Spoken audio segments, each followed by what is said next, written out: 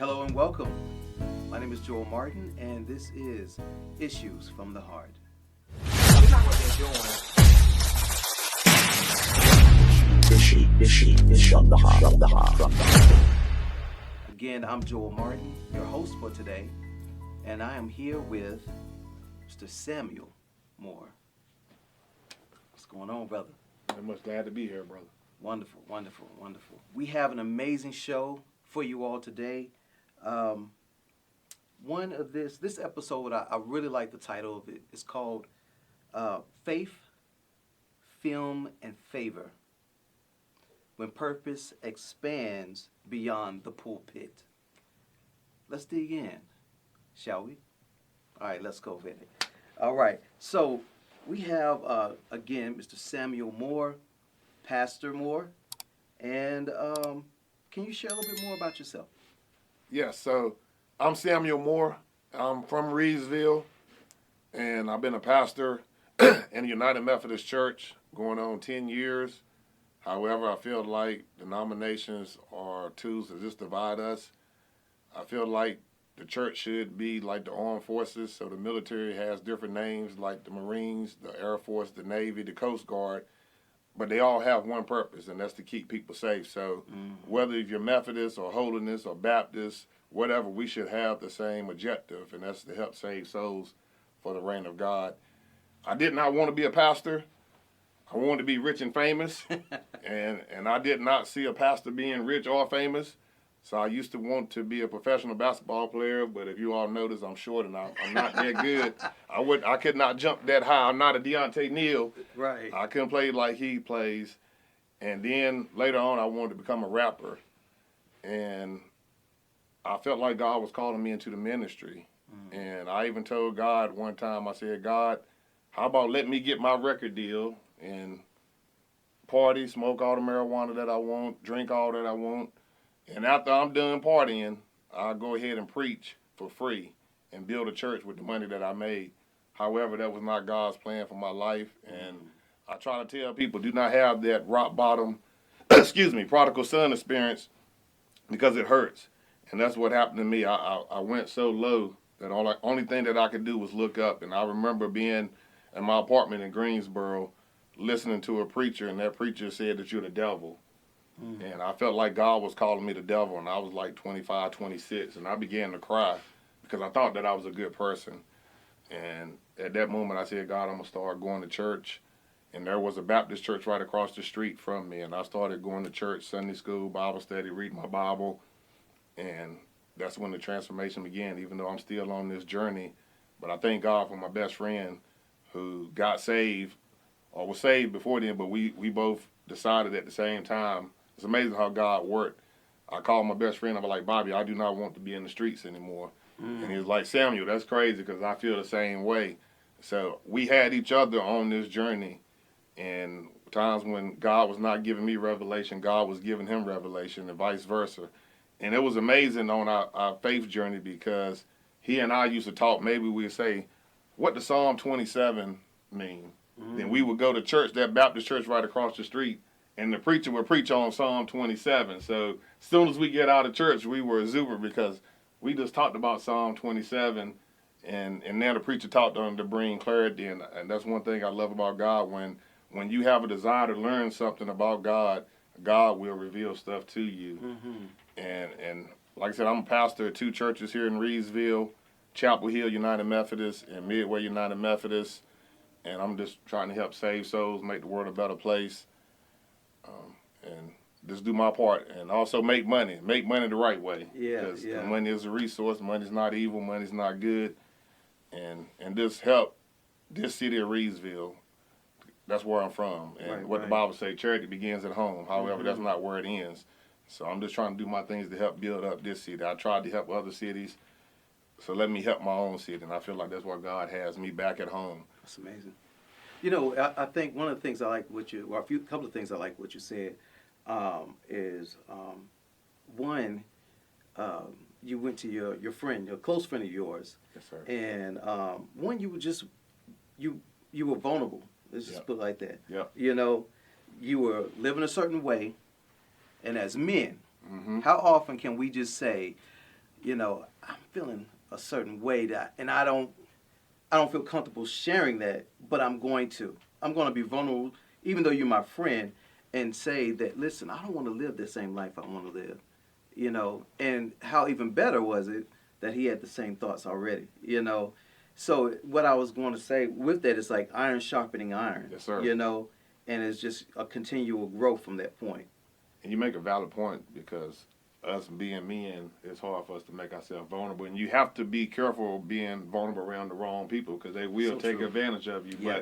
But like you said, iron sharpen iron, but also the spirit knows the spirit. So Yeah. you can know who you can be vulnerable with, and that's when people get liberated is by being vulnerable. And that's one thing I try to do when I preach. I try to make myself vulnerable to show, hey, I'm human. So guess what? I sin. I'm sure you sin, but guess what? The only way we get forgiveness for sins is acknowledging our sins. And that's that vulnerability. We have to be vulnerable before God. We cannot come before God proud. I do not need God. No, we need to come in humble spirit. Right. God, I need you, and without you, I'm nothing. And I Nothing. won't be nothing. And that takes a place of growth. And I still struggle with pride. And like I like to tell people, pride is a dangerous sin just like other sins. Because what? After pride goes destruction. So true, so true. You mentioned also about business. You talked about business some, and you went back home to your hometown, Reedsville, 27320, represented. Yes, sir. So, can you talk about your business that you're now open? So me and my wife were opening up Scoop Me Up. It's an ice cream, sweets for everyone. Okay. So we're making a homemade ice cream, and that's part of just trying to create money for this economy and hopefully employ people. And one thing that I'm saddened about Reedsville, like I said, I'm from Reedsville, so I know when American Tobacco Company left, that took a lot of the life out of Reedsville. And if we want people to live in Reedsville and we want our younger people to have an opportunity to advance in life, we need to have opportunities for them. And nothing against Greensboro, nothing against Virginia. We just have a lot of our resources being taken to Virginia and Greensboro because we do not have these things here. And It's almost like a larger. Sorry, I didn't mean to cut you Go off. ahead. But it's almost like a larger market, so it's an opportunity for them to, you know, branch out. Yes, sir, absolutely. And Ida Miles is a devil playground, so we need to have things here for our kids to do. Yeah. We need to have reasons to make our children want to live here. So I moved to Greensboro because, hey, I feel like Reedsville is too small. Where are we going to eat at? Yeah. You know, we need some 5-star restaurants, and there's only one Walmart. I claim we had like 3 food lines. We used to have Piggly Wiggly, Winn-Dixie, Harris Teeter. Like we have all these grocery stores, but where's the Olive Garden? Where is the other restaurants, the Jake's Diners, and not just those, but what about the small businesses that help generate our economy and help Reedsville be a great city? Because we are the most winningest football, and I tell everybody we have the most state championships in North Carolina. Come on now. However, I just want us to be more than the football capital. So true. I want us to be known for resources and a prosperous city because we do have some great people here. Yeah. Now, the name of the business again is called what again? Scoop Me Up. Scoop Me Up. And that's it's going to be opening soon. Yes, hopefully in the next few weeks. Okay, gotcha. Yes, what's your location? It's 207 South Scale Street, Reedsville. South Scale Street.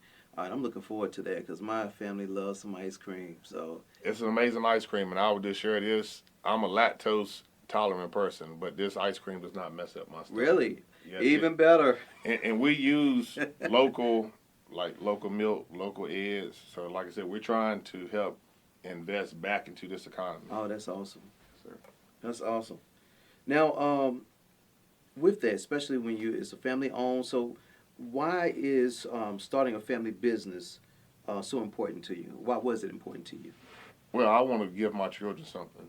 And as we talked earlier, what are we passing on to our children? Are we passing on when we die will, or are we passing on bills? I like that. And it's so hard in life as it is. So when you put your kids behind the finish line, it makes it much harder for them to succeed. Even though sometimes we have to have that fine balance, because sometimes if you give people too much, they may not appreciate it like that. But if you can cultivate them the importance of hard work and appreciating things, then they'll flourish. Mm. Okay, so what we're going to do now is we'll take a moment to pause for a few words from our sponsors. We'll be back with Issues from the Heart. Friday, June 26th from 1 to 5 p.m., Reedsville Market Square is the place to be. We will host our first annual Henley Home Care Health and Wellness Fair. Contact your coordinator, Katrina Harrison, 336-394-3942 to secure your vendor space. We look forward to seeing you. Okay, we're back with more Issues from the Heart. I'm Joel Martin, your host, along with Mr. Samuel Moore. I just want to go a little bit further in our conversation. We were talking about entrepreneurship and also talking about ministry. And what I want to talk about is, or ask you, is what are some of the lessons, vice versa, with entrepreneurship and also with ministry, and how the lessons that you may have learned with the two, and let me paraphrase or rephrase. Like, I'm sure there's lessons in as a pastor or as a ministry that you can take into your business-wise, and vice versa, business-wise. How can you make that what you've learned effective in ministry as well? So it kind of ties back to me getting that record deal and preaching for free. So it always been a desire of me to preach for free because the gospel is free. So I'm hoping that this business will open up doors so that way the church would have to pay me a salary and I could use that money to do other things. And being a pastor, you have to take care of a church. So there's a lot of roles a lot of hats that I wear being a United Methodist pastor. So I'm an administrator, I'm a CEO, I'm a pastor, I'm a teacher, a mentor. I carry several hats. I wear several hats. I wear several hats being a pastor. And when you're a business owner, you wear several hats as well. So I'll be in an ice cream shop making ice cream. I'm going to sweep the floors. I'm going to do whatever it needs to do to make that business run. And that's the thing at the church. I want to do whatever I can to make that church be the successful church. So I just try to tell the church members that I'm not going to ask you all to do anything that I'm not doing, have not done, or will not do. It's almost like, sorry, I'm going to cut you off if I did, but I was going to say it's almost it's like living and working by example, and you made a very good point when you said that when you're at church, I'm not going to sweep the floor or vacuum the floor. Well, I will be willing to vacuum the floor, but not only that, it shows the people that, hey, if my pastor is willing to do this, my leader is willing to do this, how much more would he be willing to do for me? And then how much more would I be willing to do for the church as well, and for God, because we all serve in some capacity. But not only that, what you're doing at the church also flows back into your business as well, again. And then the question I have is why? I would assume the answer is because you love God. But not only that, you also love your business. And if you love God and your business, why not give it your all? Yes, sir. I feel like if you're going to do something, give 100%. And that's been my philosophy as I became older. If I'm not going to give 100%, I'm not going to do it. And I'm not going to waste someone else's time. So when I went into ministry, I wanted to give it my all. And that's hard because it's very exhausting. But like I said before the camera, I think when I was living in the world, I did wrong for the devil, and now I'm saved. I want to give all myself to God. So when I see God said, job well done. Right. And the same thing for my business. I want to, if people paying money for a business, for your service that you're providing, I want to provide the best services. Because people work hard for that money. And I can tell you, it discourages me when I spend $20 or $30 on a meal, and it's terrible. Yeah. That's my hard-earned money going down the drain. So we want to give people a quality product, and that's when I want to be the best pastor that I can be. I love Dr. King, Reverend Dr. King. He said, do what you do better than the dead, the living, and unborn. And that's what I try to do. Wow. Your, aside from the Scoop Me Up business, you also have you also are a screenwriter, Yes. and you have a was it a movie that you have currently out that you're working on? So I'm working on my distribution. Okay. The film is called Stranger Things Have Happened to Me. So this is an idea that I had Okay. back in 1998. This is not my true story, but it's something that could happen. And as I was talking to Jamal and Jeremy about how this film came about, so like I said, it was 1998.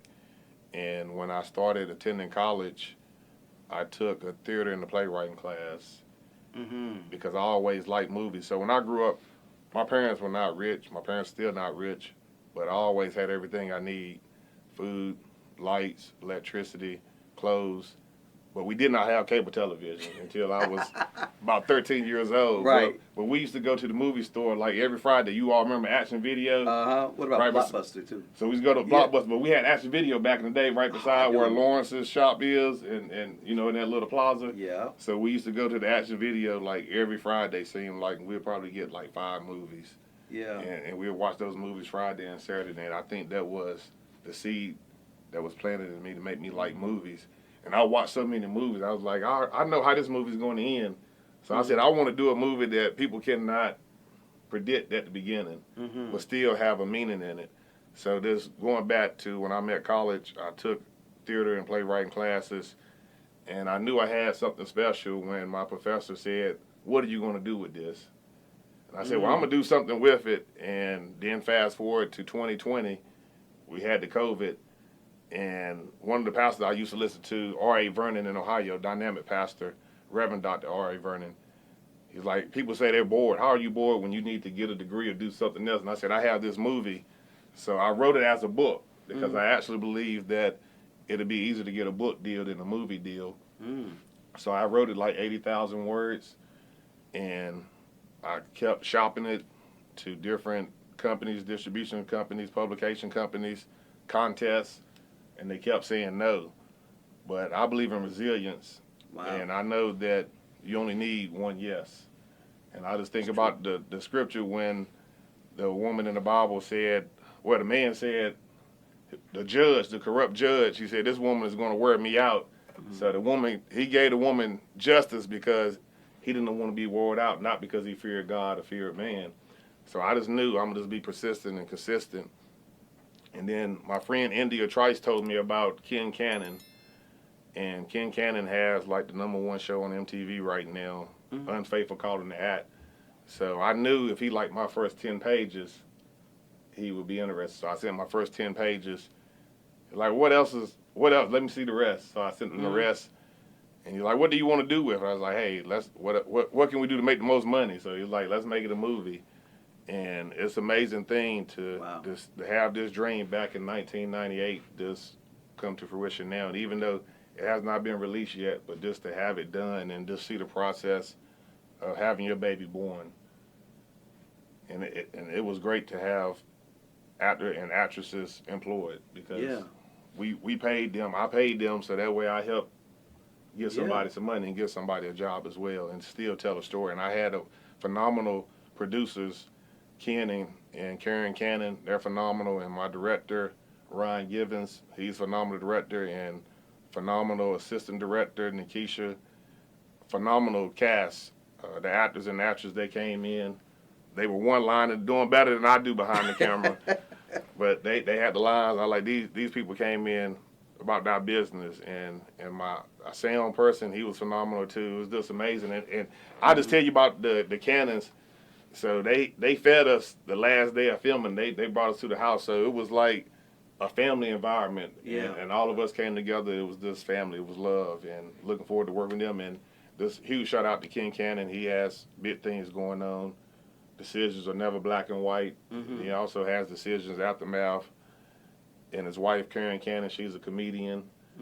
Ryan Givens has several films out, Peaches, Atlanta 10.0, I believe. So it was just a blessing. Wow. So a vision for a movie since 1998 to now, and here we are. And I think about David and Joseph. You remember when Joseph got the dream that his brothers would bow down, it took many years before it came to pass. And even with David, when David was anointed king by Samuel, he did not become king right then. He was a shepherd. He was working under Saul. He was playing the instrument for Saul. Right. And it took him a while. Even before that, his son was chasing him, trying to kill him. So it was many years before that dream came to pass. And that's one thing I felt like, don't give up on your dream. And that's one thing I try to tell kids. If you have a dream and that dream came from God, it's going to come to pass. You just have to be resilient. Do your part. Do your part. Wow. Believe in yourself. And I would say bet on yourself and know that the greater one is in you. Wow. That's fantastic. I'm just floored right now. That is amazing. What we're going to do now is we're going to take another break. We'll be right back with more issues from the heart.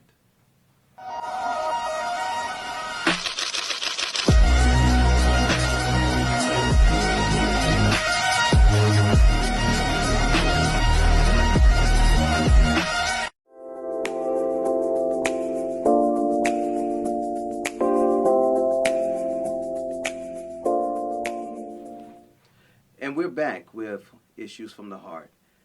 We're almost at the end of our show, and so what I want to do is something slightly different with a little twist here, some rapid questions here.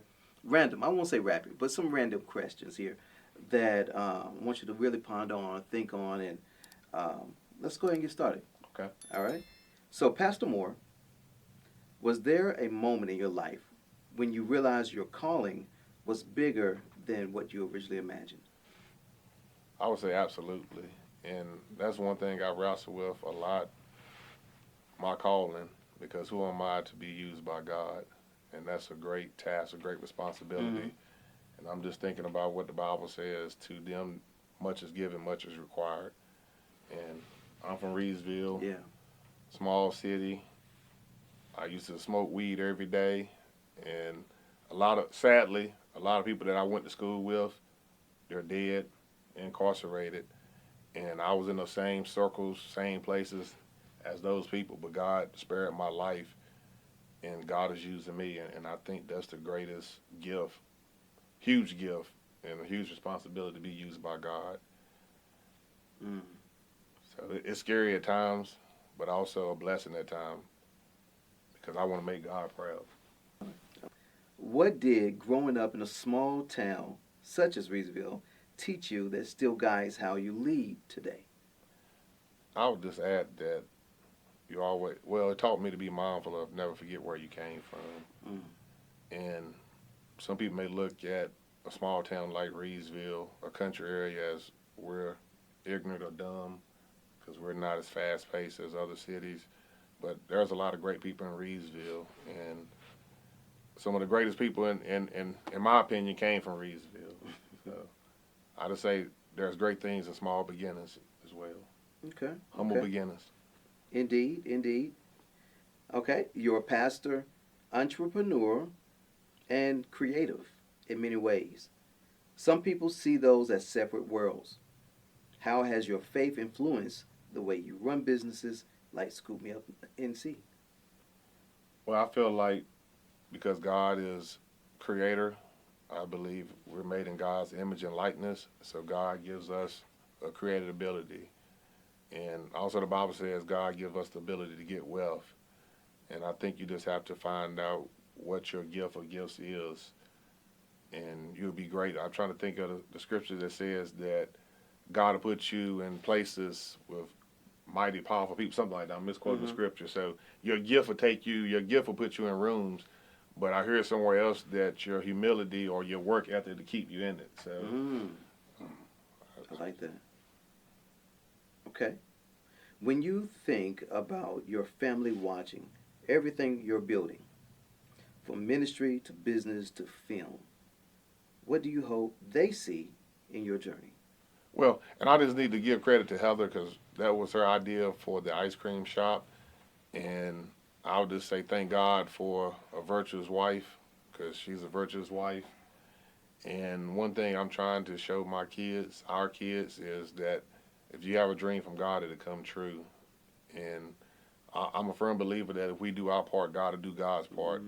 And realistically, God has already done God's part, and God is waiting on us to do our part. And I just want people to realize hard work pays off sometimes in this world, but to get something from nothing is hardly going to last. So I just want to be a positive role model, not only to my children, but to all children. That's one thing I feel like we lack, a lot of positive role models. We glorify the wrong people, and no one is better than anyone else, but are we setting positive examples? And I like to challenge older people who like to say this younger generation, they're disrespectful or whatever, but have we taken the time to converse with them, to show them the way? Have we taken the time to listen to them, to understand our story instead of just past judgments? And one thing me and my wife talk about a lot too, support systems. Everybody does not have a support system. Some people are learning how to do stuff on their own, and they're just doing the best that they can. And I was fortunate that I had a family that had my back and provided for me, but there's some people who do not know how to cook, know how to clean, how to groom themselves, and some of us pass judgment on them. And I heard one preacher say, instead of us trying to destroy the fruit, we need to get to the root and destroy the root. And that takes time to just listen to people. And that's what Jesus did. Jesus listened to people. And I think I know we learn by listening. And I was taught that we have 2 ears and 1 mouth, so we should do twice the speaking, twice the listening that we're doing speaking. Yeah. And we learn by listening. I love that. I love that. Just to take a pause right quick, and it made me think about, you were talking about the younger generation and the older generation not taking the time to figure out or even have the conversations. But it just made me think back when I had a cousin some years ago, and he was at work, but his vehicle had a flat tire. And, he's a teenager. He's actually probably early 20s, somewhere in that area. But he didn't know how to change a tire, So, I went over there, changed the tire, but I'm just thinking, I'm like, you don't know how to change a tire? Like, what if you were in a serious situation? What if you had your girlfriend, your wife, or whatever, had an emergency, and you can't even take them if you have a flat tire because you don't know how to change? But then again, it made me think about, like, where's the father at? Whereas, at the time, I even thought about myself, where was I at to help him learn when they, during the time? But you're so right, the elders, what are we doing? How are we reaching out? How are we teaching? And, at the same time, so. Because we should know more than them because we've been living longer. Yeah, so true, so true. And we should be willing to offer the information. The experience that we had, we should be willing to share that same experience, whether good or bad, because even in the bad experiences, they can learn not to take those same roads or steps that we did. And I think we can learn from them too because they know some things we don't. And I think some of us, we feel like, hey, I'm older than you, I know more than you. We have more life experience, but they can understand some things that we do not. Just like if you give a little baby an iPhone or an iPad now, you'll see them little babies scrolling on stuff like, how do you know how to do that? They working that thing better than me. I'm like, what? What's going on? Yeah, I get what you mean. So going back into these questions here, you're also the screenwriter of the film Stranger Things Have Happened to Me. What message do you hope audiences walk away with after seeing it? So I want people to see the dangers of jealousy, anger, and lies. So people think that a small lie is innocent, but that's one thing the film shows, that what you may think is a harmless lie is innocent, but it can have catastrophic damage as well as anger. It's okay to be angry, but not sin. So anger is a healthy emotion. We just know how to deal with it. And jealousy is never a good thing. I agree. Because God bless you, God bless all of us. I agree. And because of jealousy, anger, and lies, chaos erupts at a college campus. Samuel. So what I'm going to do now is I'm going to ask this one other question here, and I want you to really take a moment to look into the camera and really ponder this thought and speak to the hearts of them, since we are dealing with issues from the heart. Let's speak from the heart. This question here: if someone watching this feels stuck in life right now, what would you say to them? If you feel stuck and you're watching this episode, I just want to tell you to keep hope, keep believing. There is a philosophy or a study that's theodicy. How can God be real, all loving, and all powerful, yet evil exists? And I would say that bad things happen, but God is still real and God still loves us. And do not throw in the towel. Keep persevering and keep running your race, and you will see that no matter what you went through, it did not break you because God is with you. Just keep pressing. Keep pressing. Never give up. Never give up. This is to honor the late Jesse Jackson. What he say? Keep hope alive. Keep hope alive. I love it. I love it.